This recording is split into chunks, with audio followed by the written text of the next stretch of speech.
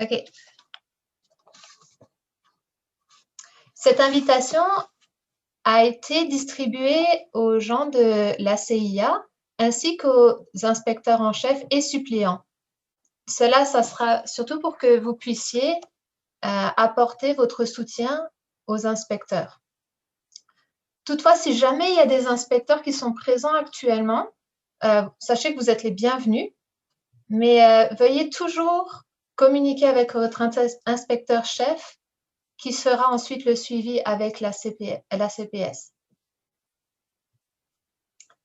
Cette année, il y a bien moins de changements que les années précédentes, mais nous allons tout de même passer en revue les changements pour 2021. Nous allons commencer par la mise à jour de la circulaire 6, puis nous aborderons certaines des mises à jour des processus de la CPS en place pour cette saison. Nous passerons ensuite en revue les changements apportés à CITCERT pour 2021 et enfin, nous vous informerons des changements importants qui ont été apportés au programme de la CPS au cours de la prochaine année. Donc, je vais commencer, si ça va pour vous, je vais commencer avec les changements apportés à la circulaire 6. Le premier point concerne la période de probation. En 2021, la taille maximale des parcelles de probation a été portée de 1,25 acres à 2,5 acres afin de mieux correspondre à la production de parcelles select. La période de qualification pour commencer la période de probation a également été ajustée. Auparavant, un producteur devait avoir produit des semences sélectionnées du même type de culture pendant au moins 3 sur les 5 dernières années pour pouvoir planter une parcelle de probation du même type de culture.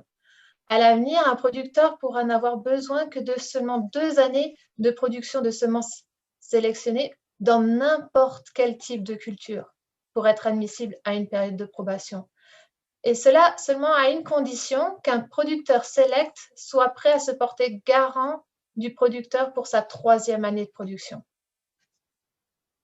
Une fois le producteur en probation, il peut choisir soit de passer le processus de parcelle de probation de 3 ans, comme c'était le cas auparavant, ou il peut réduire la durée à 2 ans en complétant certains modules de la plateforme d'apprentissage qui sera en ligne à la CPS à l'automne. Lorsque cette plateforme sera disponible, des informations seront publiées très largement et diffusées pour que tout le monde sache qu'elles sont accessibles. Donc, si je résume, je vais vous donner 2 exemples. Un producteur qui a déjà réalisé une année de probation en 2020 pourrait faire sa 2e année de probation en 2021, puis cet automne, suivre le module si un producteur select se prête garant pour lui pour sa 3e année. Il deviendra donc producteur de parcelles autorisé en 2022. Si par contre le producteur a déjà complété 2 années de probation, il peut soit choisir de faire la 3e année de probation en 2021, comme c'était le cas auparavant, ou simplement suivre le module cet automne et ensuite il sera également un producteur select pour la saison 2022. Un deuxième point concerne les semences de statut fondation. Les cultures de la section 2 et 3 peuvent désormais être produites par n'importe quel producteur indépendant de son accréditation, et cela même si c'est la première fois que le producteur fait de la semence pédigrée. Il s'agit d'un changement important. Cependant, il est important de savoir que les producteurs auront toujours besoin d'une accréditation de parcelle s'ils produisent des semences de fondation d'un type de culture qui nécessite encore que les semences de fondation soient produites dans des parcelles, selon l'article 13. En point 3, ce point-là concerne plutôt une modification administrative qui précise la propriété des producteurs de semences et qui révise également la définition d'un producteur de semences. Auparavant, cette définition était présente à plusieurs endroits dans la circulaire 6. Donc maintenant, ils ont juste tous été regroupés. Le point 4 traite des problèmes post-certification. Ils peuvent survenir lorsque la CPS a des raisons de croire que la pureté variétale d'une culture a été affectée. En fait, il clarifie simplement le pouvoir de la CPS en la mettant maintenant dans la circulaire 6. La CPS a toujours eu ce droit-là. C'est juste que maintenant, on se veut un peu plus transparent et donc c'est présent dans la circulaire 6. Les points 5 et 6 apportent des clarifications par rapport aux isolements des parcelles. Select et probation. La circulaire 6 exige désormais que les parcelles et les parcelles ou les champs adjacents soient plantés avec la même semence. Alors qu'avant, c'était de statuts équivalents. Maintenant, il faut vraiment que ça soit la même semence. Veuillez noter que bien que le libellé de cet avis indique qu'un isolement d'1 mètre est requis entre la parcelle et le champ planté avec la même source de semences, il existe toujours la possibilité de planter des piquets. Ça n'a pas changé, au lieu d'avoir un isolement de 1 mètre. Mais encore une fois, cette semence doit être de la même source et les antécédents culturaux doivent être identiques. Les points 7 à 9 indiquent les nouvelles exigences pour des nouveaux types de cultures qui ont été ajoutés à la circulaire 6. Le point 7 introduit une nouvelle exigence par rapport aux lignées parentales de la production certifiée de moutarde, composite et synthétique. Le point 8 introduit la production de graines de chanvre femelles et le point 9 concerne les exigences de certification pour les lignées parentales de la production certifiée de blé hybride. Comme il s'agit de nouveaux règlements, nous travaillons toujours avec la CIA pour élaborer des procédures d'inspection, en particulier en cas pour le chanvre. Donc, en fait, c'est la CIA qui effectuera donc toutes les inspections pour ces types de cultures pour le moment. Si jamais vous recevez des demandes pour ces types de cultures, il faudrait vraiment aviser la CPS et nous ferons les changements pour que ça soit la CIA qui puisse les inspecter. Le point 10 porte sur les exigences volontaires plus rigoureuses et les exigences de certification additionnelles. Actuellement, les sélectionneurs ou les distributeurs d'une variété peuvent établir des exigences de certification supplémentaires pour leur variété, bien entendu. Au-delà des exigences de la circulaire 6, donc on pouvait avoir la circulaire 6 qui avait des exigences, mais les distributeurs et sélectionneurs pouvaient en avoir de plus sévères. Et cela, souvent, ils le faisaient pour préserver la pureté variétale de la culture ou pour préserver l'activité ou l'absence d'un certain trait. Les nouveaux cadres permettent à la CPS de rationaliser le maintien de ces exigences et d'améliorer la transparence afin que les producteurs et les inspecteurs connaissent parfaitement toutes les exigences pour mener à bien la certification de leur variété. La principale différence entre les deux catégories, donc l'exigence de certification plus rigoureuse et l'exigence de certification additionnelle, est que l'exigence additionnelle de la certification seront probablement des exigences sur le terrain qui pourraient être nécessaires pour modifier les procédures d'inspection par rapport aux inspections normales. Il pourrait s'agir d'exigences accrues en matière de distance d'isolement, par exemple, ou des normes plus strictes en matière de pureté mécanique ou variétale. Donc ça impactera vraiment plus les inspecteurs. Actuellement, on n'a aucune variété qui a des exigences de certification additionnelle, mais peut-être que dans le futur, cela va changer. Les exigences volontaires plus rigoureuses impliqueront, quant à elles, seront plus impactées lors de la post-récolte, soit pour confirmer la présence ou l'absence d'un trait, soit pour une autre évaluation moléculaire. L'exemple le plus courant que l'on a, c'est les tolérances à l'acidonie du blé, donc qui sont en ce moment testées par des laboratoires. Enfin, le point 11 consiste essentiellement en des divisions d'ordre administratif visant à clarifier la définition des inspecteurs autorisés et de leur rôle.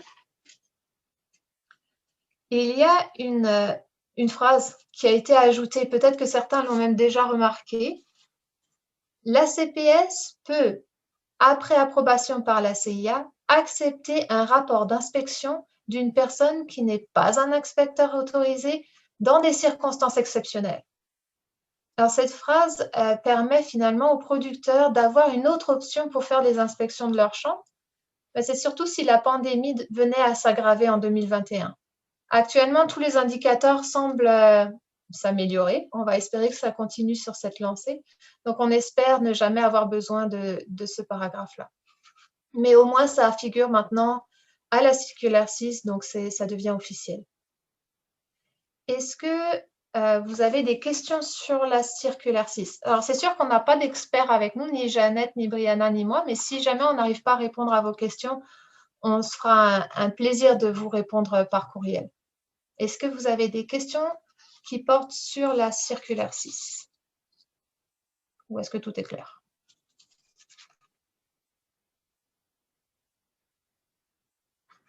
Alors, je pense que vu qu'il n'y a pas de questions, si jamais il y a quelque chose qui vous vient en tête, juste m'interrompre. Si c'est bon pour la circulaire 6, je vais maintenant faire la mise à jour sur les processus de la CPS. Donc, les mesures Covid de cette année restent en place. En tout cas, on les encourage encore. Donc, il faut toujours essayer de ne pas interagir autant que possible avec le producteur en personne. Si pour quelconque raison, vous êtes amené à rencontrer ce producteur, veuillez juste suivre les conseils de votre autorité sanitaire locale. Si jamais vous soupçonnez que certains champs ne seront pas possibles d'être inspectés en raison de la mesure Covid ou pour toute autre raison, veuillez nous contacter le plus tôt possible et nous travaillerons avec le producteur et la CIA pour élaborer un plan pour que ces champs puissent être inspectés.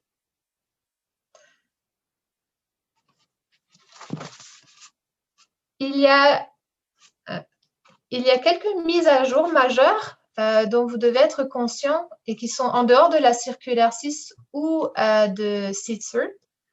Et là, un concerne les cartes que nous allons avoir, puis un autre concerne un projet de recherche. Concernant les cartes, en 2021, on demande à nouveau aux producteurs de soumettre leurs étiquettes et leurs cartes pour chaque champ, ainsi que leurs coordonnées GPS.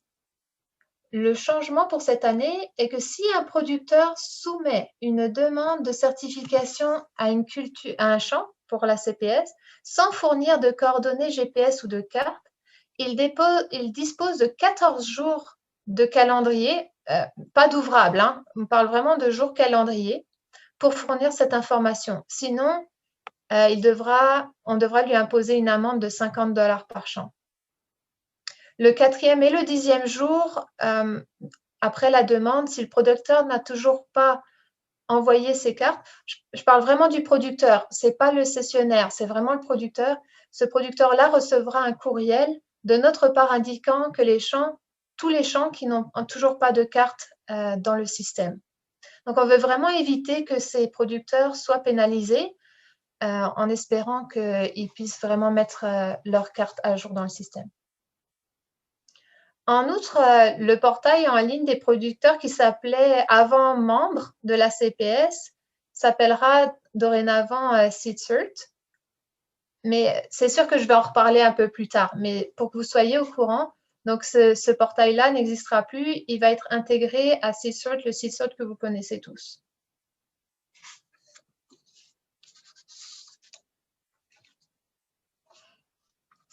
S'il y a des pénalités pour les cartes, il n'y aura toutefois pas de pénalité pour les étiquettes. J'aimerais vous partager aussi 2 projets de recherche que nous aurons cette année. La nouveauté en 2021, c'est que la CPS lance un projet de recherche sur les impuretés mécaniques afin en fait d'obtenir des données en vue d'une révision aux exigences en matière d'impuretés mécaniques. Et cela seulement pour la section 2 de la circulaire 6. Si les champs de l'un de ces types de cultures présentent des impuretés mécaniques qui entraîneraient à l'origine une rétrogradation de la culture, ou alors, donc une rétrogradation inférieure dans une classe inférieure, ou alors carrément la non-possibilité de certifier le champ, le producteur sera invité à inscrire ce champ dans le projet de recherche, mais il y a juste une condition. Il ne faut surtout pas que les impuretés qui seront trouvées dans ce champ dépassent 3 fois la limite autorisée par la circulaire 6. Donc, si on prend un exemple d'un blé qui viserait un statut de production certifié, il pourrait y avoir jusqu'à 24 plants d'avoine, donc qui correspond à 8 fois 3, à 15 plants de triticale, qui correspond à 5 fois 3, à 12 plants d'orge, et le champ pourrait alors s'inscrire dans ce programme-là. Ce projet, par contre, ne s'étend qu'aux champs et surtout pas aux parcelles. Ça, c'est bien clair. Dans le système, vous verrez alors des codes associés à ce projet-là qui seront MIRP1 et MIRP2.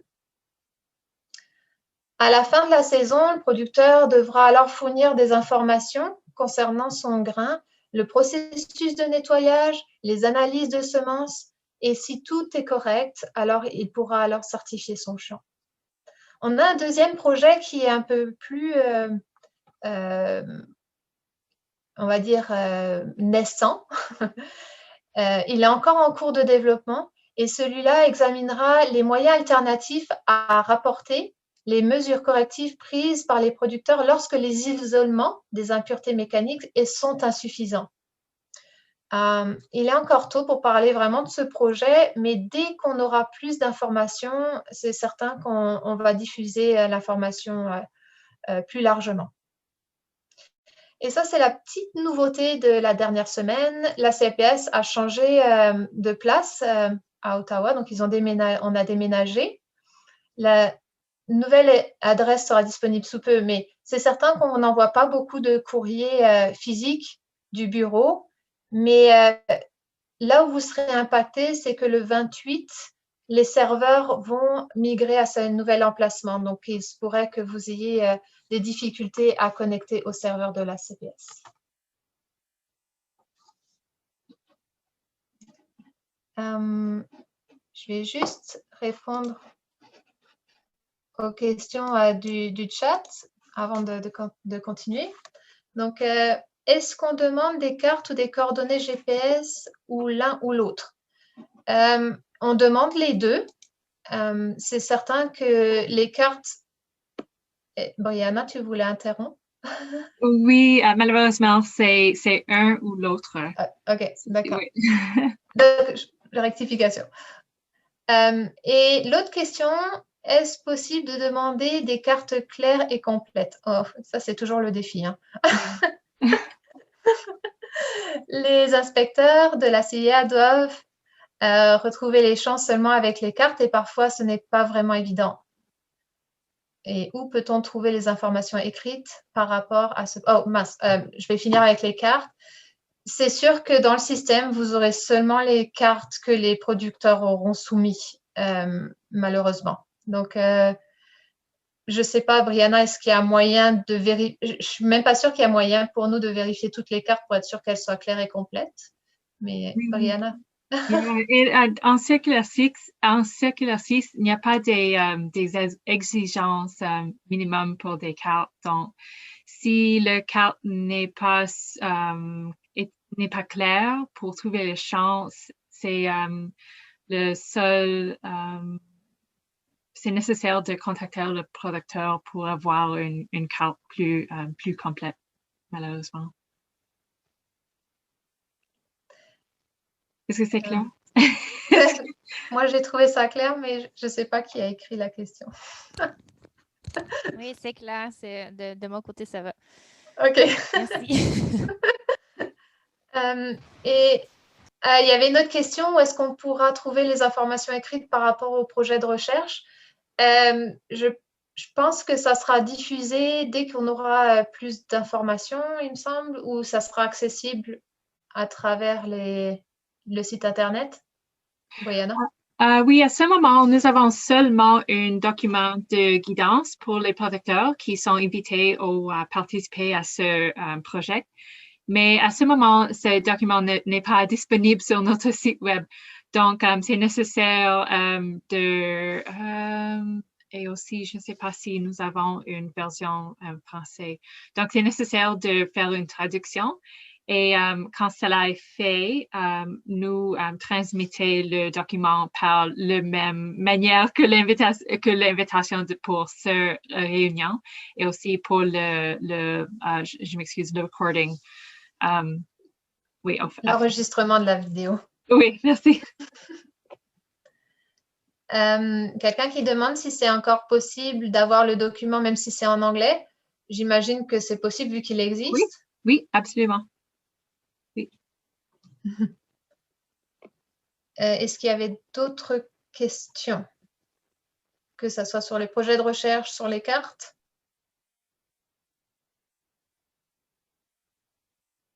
On va passer alors sur les mises à jour de SeedCert, donc qui vous impacte un peu plus.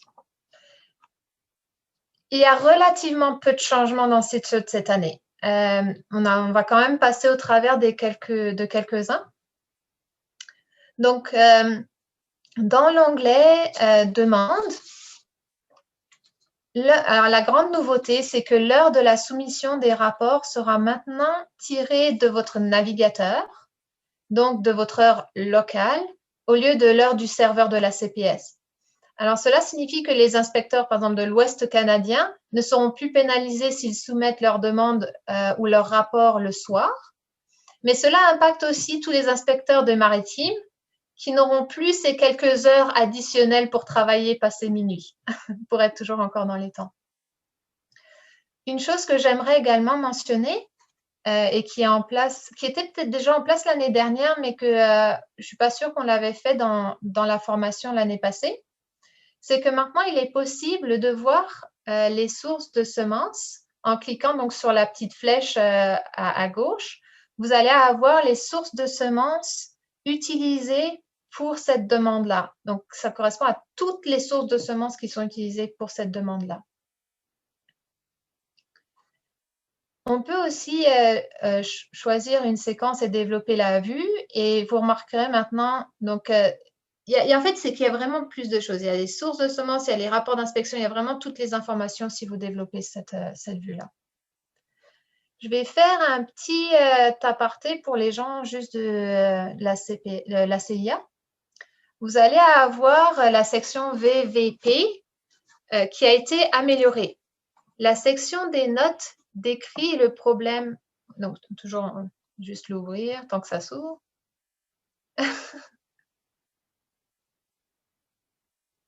Vous aviez déjà ce VVP, mais maintenant, il a été donc amélioré.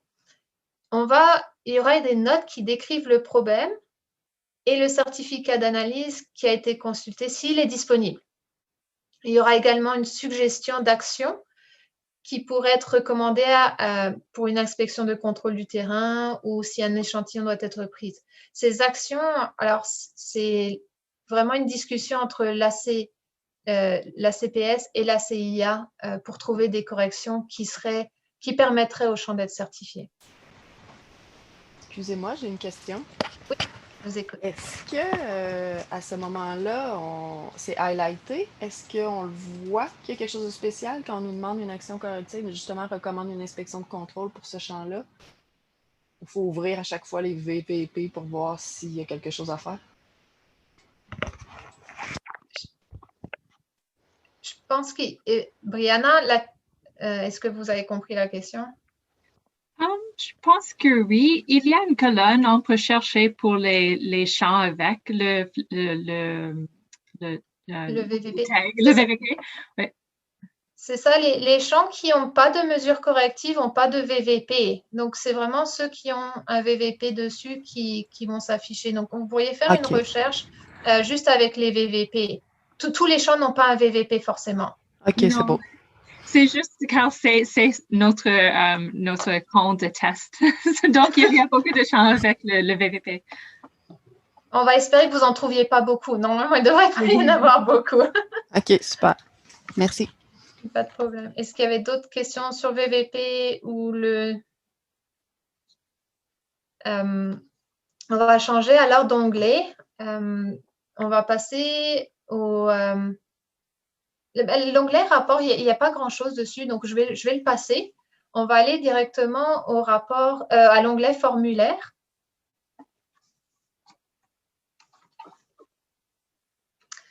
Dans l'onglet formulaire, donc sous l'onglet formulaire. Ah.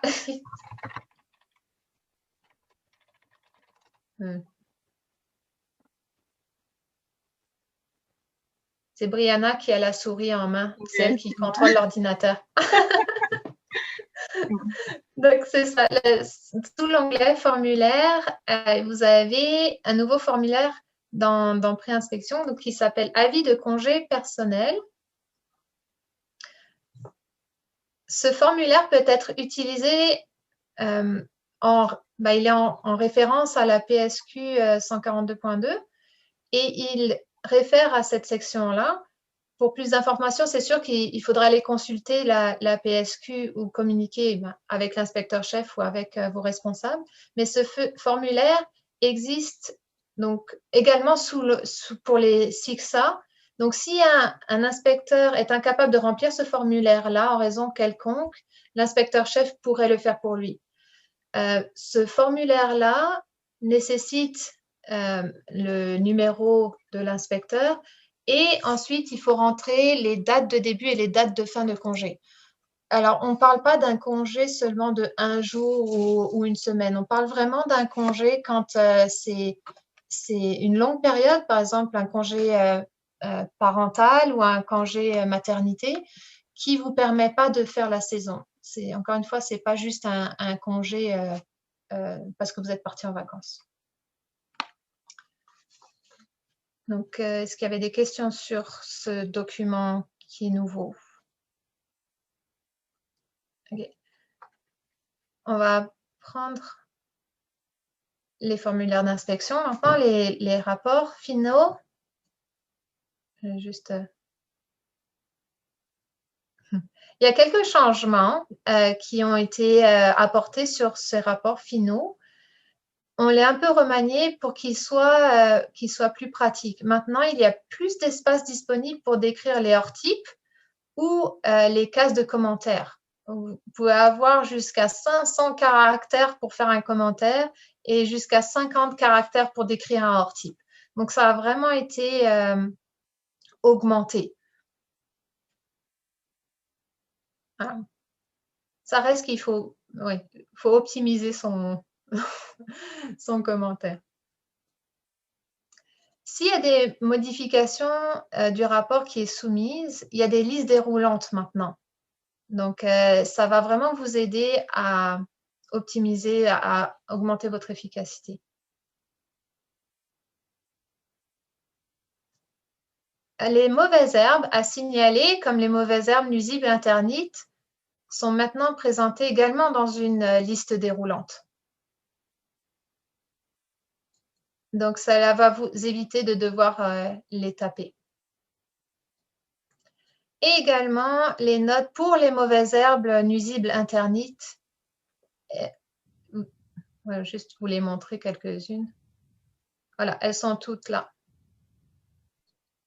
Vous pourrez aussi mettre une note qui permettra de détailler jusqu'à 200 caractères les mauvaises herbes nuisibles interdites.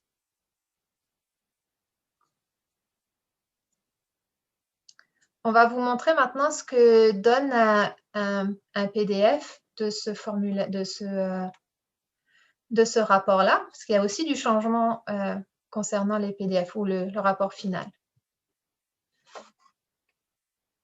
Donc, le grand changement, lorsqu'on a un rapport d'inspection qui est complété, au lieu de respecter le même format d'une page que nous avions avant, le rapport maintenant est flexible. Si plusieurs sources de semences parentales, par exemple, sont nécessaires, vous allez avoir toutes les semences disponibles et visuellement disponibles. Donc, on ne se limite plus seulement à 3 cases, 2 ou 3 cases. Maintenant, vous pouvez avoir 5, 6, autant que vous en voulez, et elles figureront toutes sur le rapport final. Si par contre, il y en a juste une, ce tableau sera réduit juste à une colonne. Donc, il est vraiment amovible. C'est également le cas pour les antécédents culturaux. Maintenant, vous pouvez avoir plus que seulement 2 années dans les rapports. Vous pouvez avoir jusqu'à 6 années ou autant que vous en souhaitez. Donc, toutes les sections sont désormais flexibles et s'agrandissent ou se rétractent selon les données que vous aurez fournies. Et donc, elles seront toutes visibles. Dans cet exemple, il n'y a qu'une seule source. Maintenant, on a plusieurs sources de semences, comme vous le voyez, et plusieurs sources. On a disparu. Mariana, on ne voit plus rien. Juste chaque seconde. OK, c'est bon. OK, on a récupéré. Si jamais donc, vous avez plusieurs sources de semences, plusieurs antécédents du terrain, plusieurs isolements, les isolements donc nord, sud, est, ouest qui étaient déjà là habituellement, vous pouvez avoir autant de hors-types que vous voulez, mais tout ça, ça ne tient pas forcément sur une page. Donc maintenant, le rapport pourra être sur 2 pages et vous verrez toujours en bas à gauche le numéro de la séquence et l'année. Alors, il y a des questions sur le rapport. Est-ce que l'adresse, on a aussi plus de caractères? Alors là, c'est une colle pour moi. Brianna, est-ce que pour l'emplacement de la culture, donc là où on doit mettre l'adresse, il y a plusieurs caractères disponibles ou c'est la même taille que l'année passée? Je pense que c'est la même taille de l'année passée, mais sur le rapport, j'ai pas vu ici. Oui, ici, oui. OK. OK, donc on a noté et I will look at that. OK, on va regarder ça. Je pense pas, enfin, en tout cas, on ne l'a pas mentionné, mais on va regarder juste pour confirmer que pour l'emplacement de la culture, si c'est la même taille que les autres années ou si ça s'est agrandi. Et je ne comprends pas la question. Et pour le type d'inspection, peut-être que vous pourriez préciser. Ici. OK. Ah, pour l'écrire, OK. D'accord. Donc, la demande, c'est ici. C'est est-ce qu'on a plus d'espace pour le type d'inspection? Non, c'est pas normal. C'est juste, cette formulaire est maintenant, nous sommes en train de le finir, de le mettre en place, les détails.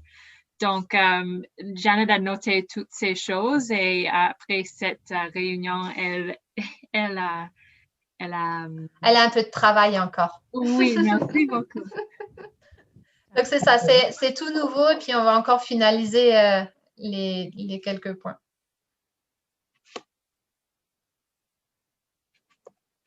Est-ce qu'il y avait d'autres questions?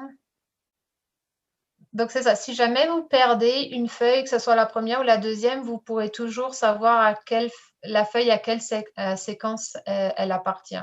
Donc, en bas à gauche, vous aurez ces informations-là.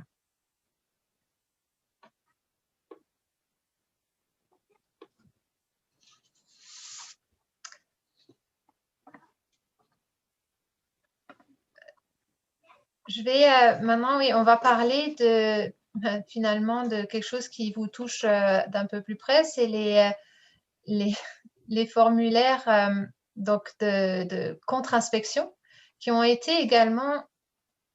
Je changeais au compte de la CA.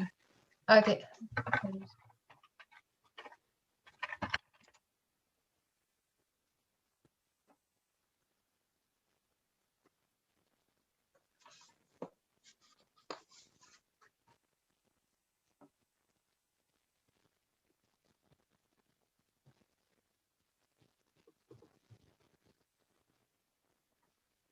En fait, c'est les mêmes données que pour les rapports d'inspection qu'on a vus précédemment. Vous aussi, vous avez plus de caractères dans les mêmes sections et vous avez les mêmes options déroulantes.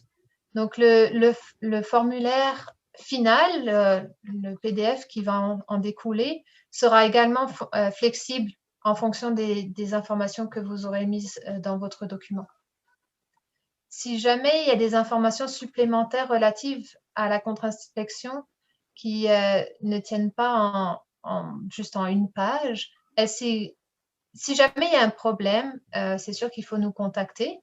On se fera un plaisir de régler tous les problèmes que vous rencontrez. Et donc, c'est ça. Finalement, le rapport de contre-inspection ressemblera au rapport d'inspection. Donc, ça peut tenir en une page si toutes les données tiennent en une page. Sinon, ça sera en 2 pages. Dans la section informations supplémentaires, les changements ont été apportés afin de rationaliser les options lorsque les champs ne répondent pas aux exigences de la circulaire 6. Donc maintenant, vous pourrez choisir est-ce que le problème vient des hors-types, de l'isolement, des nuisibles interdites ou autres. Est-ce qu'il y avait des questions sur le formulaire de contre-inspection? Encore une fois, si jamais vous avez des problèmes, en bon anglais, des bugs, là, des problèmes pour entrer vos données, n'hésitez pas à contacter votre inspecteur-chef en premier, puis sinon la CPS. J'aurais une question qui est Oui. trop longue à écrire. Je me souviens plus pour les rapports de contre-inspection, quand on voit là, il avait la case de « Oups, c'est parti ». Oui, il faut redescendre, Brianne. Stop. Justement, là, est-ce qu'on s'attend à ce que le champ respecte les exigences? Dès qu'on marque non avec nos commentaires, on n'a pas besoin d'aller notifier le champ dans les autres formulaires qu'on a? Est-ce que c'est ça? Ou quand nous, on marque oui, je m'attends à ce qu'il passe, mais on se rend compte que, supposons, le XA, lui, le ferait pas passer. Là, on va prendre l'autre formulaire pour noter, le porter, voyons, pour que vous en rendiez compte. Parce qu'il y a un autre formulaire qui existe, puis je ne me souviens plus à la fin de l'année passée, c'était comment, mais est-ce qu'on doit signaler le champ à la CPS ou seulement qu'en indiquant non ici, c'est correct, on n'a pas besoin de vous le signaler? Supposons que oui, si c'est pas nécessaire de remplir l'autre formulaire. Si on indique ici que le champ ne respecte pas les exigences de circulaire 6, ce rapport est, je m'excuse, je manque les mots en français. Peut-être je peux expliquer en anglais. Oui. Oui, OK. C'est once no is selected here, that report comes right to our appraisal queue, and so we see it right away. OK. Et donc, pour ceux qui n'ont pas compris l'anglais, si jamais vous répondez ici, automatiquement, nous serons informés à la CPS. Il n'y a pas besoin de remplir un formulaire supplémentaire. Si moi, je fais la contre-inspection, puis je consigne que oui, le champ passe, il serait correct, il respecterait les exigences, oui. Mais que le XA, lui, avait marqué que non. Alors que c'est à ce moment-là que je vais utiliser le formulaire pour vous le highlighter ou vous vous en rendez compte automatiquement que le XA lui disait non, puis qu'il y a eu une contre-inspection, puis moi j'ai été dire oui. Nous, on voit de toute façon les 2 rapports. Hein. À chaque fois que vous envoyez un rapport, qu'il soit bon, qu'il ne soit pas bon, là, nous, on passe au travers. Okay. Donc, assez vite, ça va lever des drapeaux. Si jamais le champ qu'on a déjà fait passer ou non par l'inspecteur et que vous envoyez votre rapport, nous, on va confronter les 2. Donc, de toute façon, on va savoir qu'il y a un problème. OK. Dans le fond, le formulaire pour je ne sais plus comment il s'appelle, là, porter à votre attention un champ, marquer un champ pour la CPS, il sert quand? Quand est-ce qu'on l'utilise?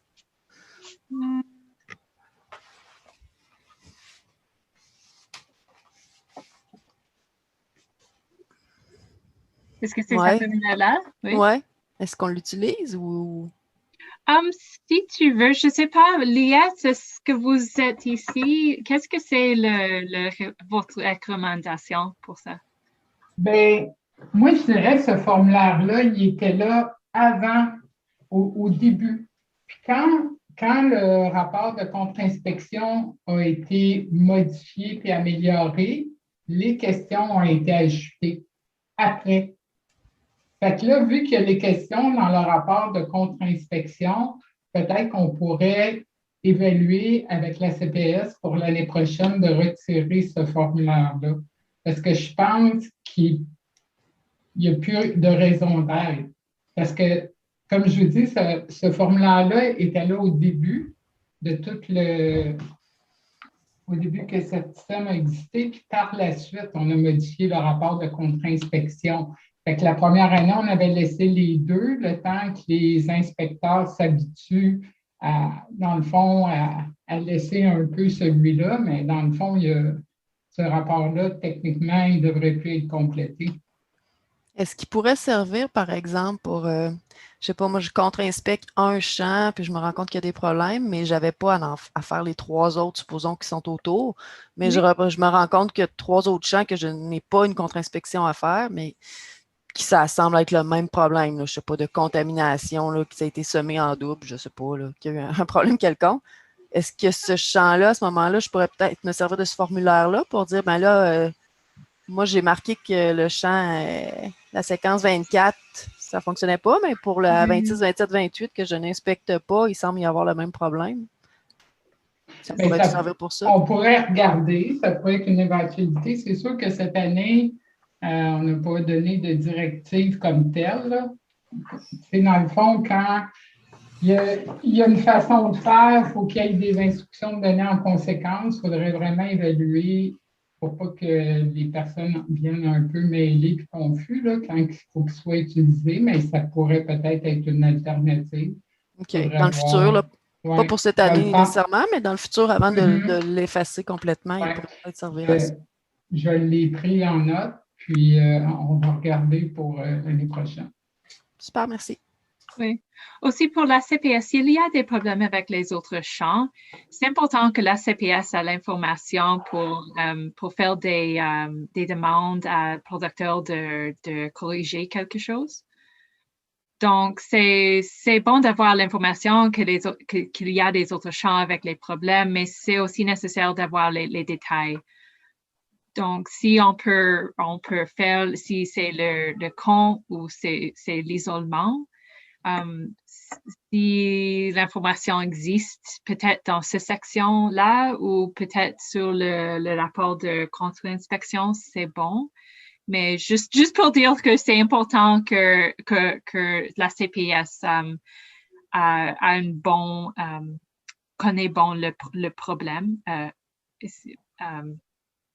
It's important for us to have the details, basically.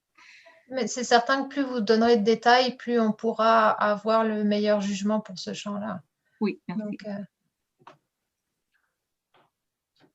est-ce qu'il y avait d'autres questions sur ces nouveaux vieux formulaires? S'il n'y a pas d'autres questions, je vais vous présenter maintenant juste l'onglet des SICSA.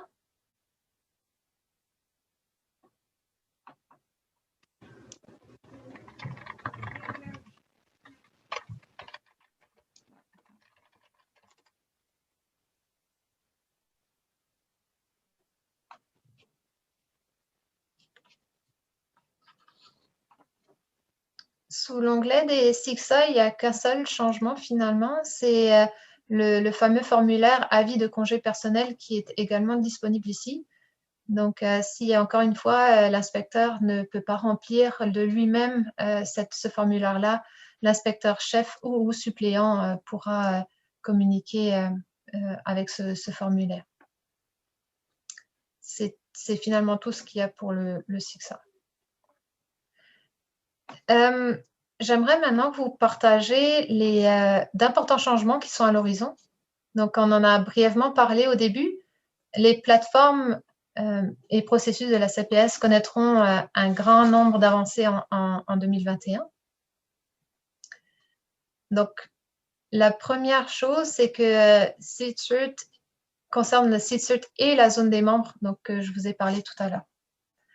Donc, la première grande avancée concerne cet espace au manque qui va changer. La CPS travaille à l'intégrer à la plateforme SeedCert maintenant. L'une des premières étapes est que la CPS appelle désormais non plus l'espace aux membres, mais SeedCert, le même nom qui est utilisé pour la CIA ou les inspecteurs. Plus tard dans l'année, vous remarquerez peut-être qu'il y a du changement sur SeedCert. Il vous demandera en fait si vous êtes un inspecteur, un service d'inspection ou un producteur.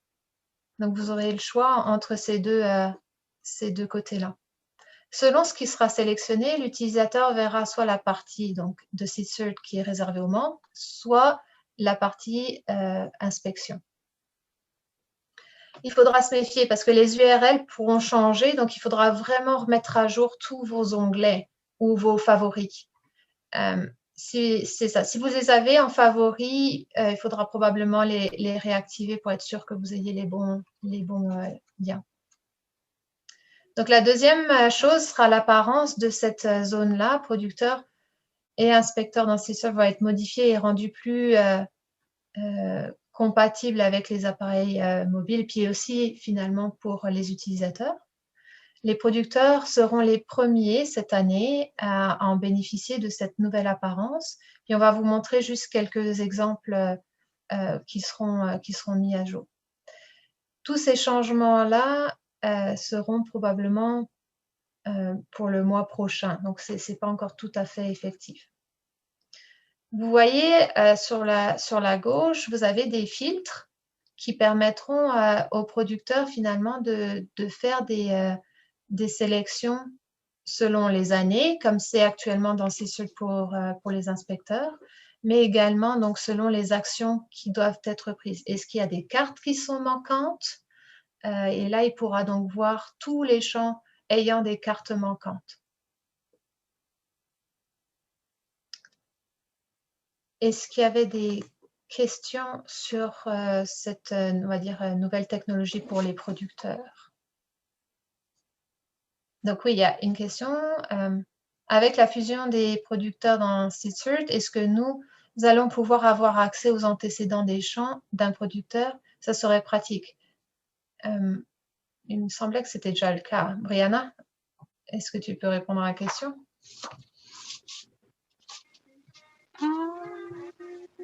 Il me semblait qu'on a déjà accès aux antécédents des champs des producteurs. Oui, c'est aussi... une seconde. Je pense que c'est unless I'm misunderstanding, mais maintenant on peut changer l'année. C'est ça.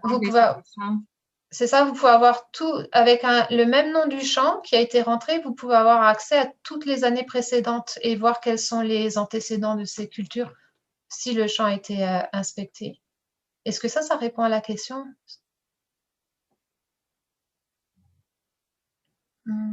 Peut-être que oui. Ouais, ben. OK, oui, on peut aller refaire la recherche année.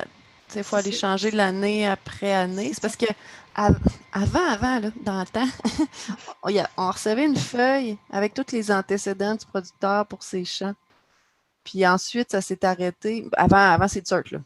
On recevait une feuille avec tous les antécédents vraiment du producteur. Fait que c'était facile quand on vérifiait les demandes d'inspection, d'aller voir, OK, l'année passée, finalement, il n'a pas eu son certificat de récolte, donc ça ne passe pas, il ne peut pas refaire la semence cette année. Ou on voyait qu'est-ce qu'il avait fait, c'était vraiment plus facile. Maintenant, ce qu'on a dans le rapport, c'est ce que le producteur a inscrit lui-même, que l'année passée, c'était en maïs ou l'autre année d'avant, c'était tel. Il y en a beaucoup même qui marquent que c'était de la semence certifiée avec le certificat de récolte. Ils nous marquent l'info, mais oups, ils oublient par hasard de mettre le numéro de certificat de récolte. Pour certains, mais pour d'autres, c'est parce qu'ils ne l'ont pas eu, fait qu'ils ne le mettent pas plus.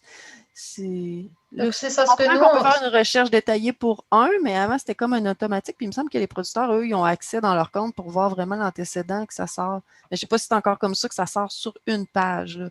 Ils voient pour tel champ tous leurs antécédents. Nous, ça aurait été bien si on pouvait le voir comme ça aussi, là, mais...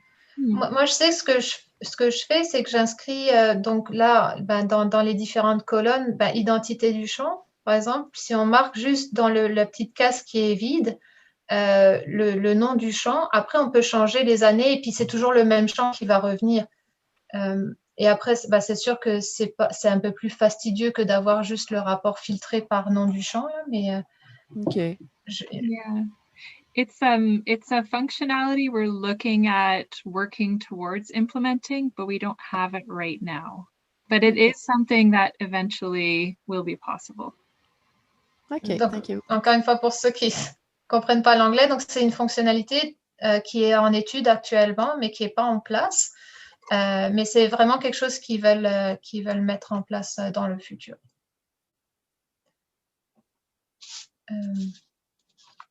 Est-ce qu'il y avait d'autres questions? J'avais juste donc un dernier point à vous partager ce matin. C'est concernant les certificats. Finalement, le deuxième grand pas que la CPS veut cette année, c'est se débarrasser de tous les formulaires papier qui existent encore. Et puis, celui qui existe encore, c'est les certificats de culture que l'on avait probablement vous en avez tous vu, les fameux certificats de culture en couleur rose saumon. Maintenant, ils n'existeront plus. Tous les certificats seront informatiques. Donc, on peut voir un exemple à quoi ressemblera les certificats de culture cette année. La version numérique du certificat de culture sera la version officielle. Donc, bien que les producteurs aient encore la possibilité de l'imprimer, vraiment l'officiel sera l'informatique. Il y a également le code barre RQ qui est en haut à droite, donc pour pouvoir être sûr que ce certificat est valide. Ça sera lancé, ce certificat-là sera lancé vers la mi-juin, et donc il y aura tout le matériel nécessaire qui va expliquer aux producteurs. Mais c'est sûr que les inspecteurs ne le verront pas cette année, mais le verront pour la saison prochaine. Est-ce qu'il y avait des questions sur ce nouveau type de document? Ben, moi encore, là, je commence à être gênée, mais bon. Non, Ce non, c'est correct. certificat-là, dans le fond, il va être transmis quand il y a un sessionnaire, puis pour le criblage, là, moi, je vois le reste de l'année quand on va échantillonner chez les cribleurs dans les établissements autorisés. On nous présente toujours le certificat de récolte avec leur déclaration de semences généalogiques. En tout cas, maintenant, c'est plus une feuille de papier, c'est plus le papier orange qui va être présenté. Ils vont l'avoir seulement sur leur ordinateur. C'est ce certificat-là qui va être distribué, supposons, à un producteur-là, puis il va l'envoyer chez Semican. Semican va avoir tous les fichiers informatisés. C'est de même ça va fonctionner. Brianna? Oui, si je vous comprends bien, le producteur peut, je ne sais pas le mot pour share. Partager. Et oui, merci. Il peut partager le certificat de récolte par courriel, ou si le cribleur a un compte avec la CPS, il peut partager le certificat par compte. Moi, j'avais terminé tout ce qu'on voulait vous présenter. Est-ce qu'il y avait des questions sur les paragraphes qu'on a vus précédemment? Est-ce qu'il y avait d'autres choses qui n'étaient pas très claires, qu'on peut vous aider à mieux comprendre?